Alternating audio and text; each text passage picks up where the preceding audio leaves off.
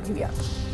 मुंबईतील 10% पाणी कपात मागे घेण्याची शक्यता कमी। मुंबईतील धरणांमध्ये 17% पाणीसाठा, मात्र ऑगस्ट आणि सप्टेंबरमध्ये पावसाचा परिणाम अनिश्चित असल्यानं पाणी कपात मागे घेण्याची शक्यता नाही, पालिका अधिकाऱ्यांची माहिती।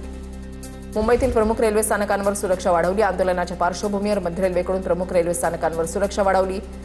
सीएसएमटी दादरसह प्रमुख स्थानकांवर अतिरिक्त बंदोबस्त तैनात। मुंबईमध्ये झाडं कोसळण्याच्या घटनांनंतरही बीएमसीच्या उद्यान विभागामधील 36 पदं अद्याप रिक्त। कर्मचाऱ्यांच्या कमतरतेमुळे झाडांची पाहणी, छाटणी आणि धोकादायक झाडं हटवण्याच्या कामावर परिणाम, त्यामुळे तातडीनं पदं भरण्याची मागणी। 1 ऑगस्टपासून अकासा एअरची मुंबईतील छत्रपती शिवाजी महाराज आंतरराष्ट्रीय विमानतळावरील सर्व विमान वाहतूक टर्मिनल 2 वरून होणार। प्रवाशांच्या सोयीसह विस्तार आणि खर्च व्यवस्थापनाच्या उद्देशानं हा बदल। पीओपी मूर्तींच्या निर्मिती आणि विक्रीवरील बंदीला मूर्तिकारांकडून मुंबई उच्च न्यायालयामध्ये आव्हान। प्रदूषण नियंत्रण मंडळाला बंदीचे अधिकार नसल्याचा दावा करत सुनावणी शुक्रवारपर्यंत तहकूब।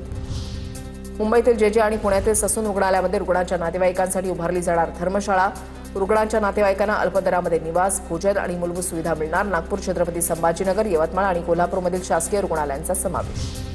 पुण्यातील मोशी कचरा डेपो दुर्घटना प्रकरणी आणखीन एक संयुक्त चौकशी समिती स्थापन। महाराष्ट्र आणि केंद्रीय प्रदूषण नियंत्रण मंडळाचे प्रत्येकी एक प्रतिनिधी आणि जिल्हाधिकाऱ्यांचा समितीमध्ये समावेश। 1 महिन्यामध्ये अहवाल सादर केला जाणार। गेल्या 23 दिवसांपासून पुणे शहरामध्ये 372 झाडपडीच्या घटना। पुणे शहर अग्निशमन विभागाकडून देण्यात आली माहिती।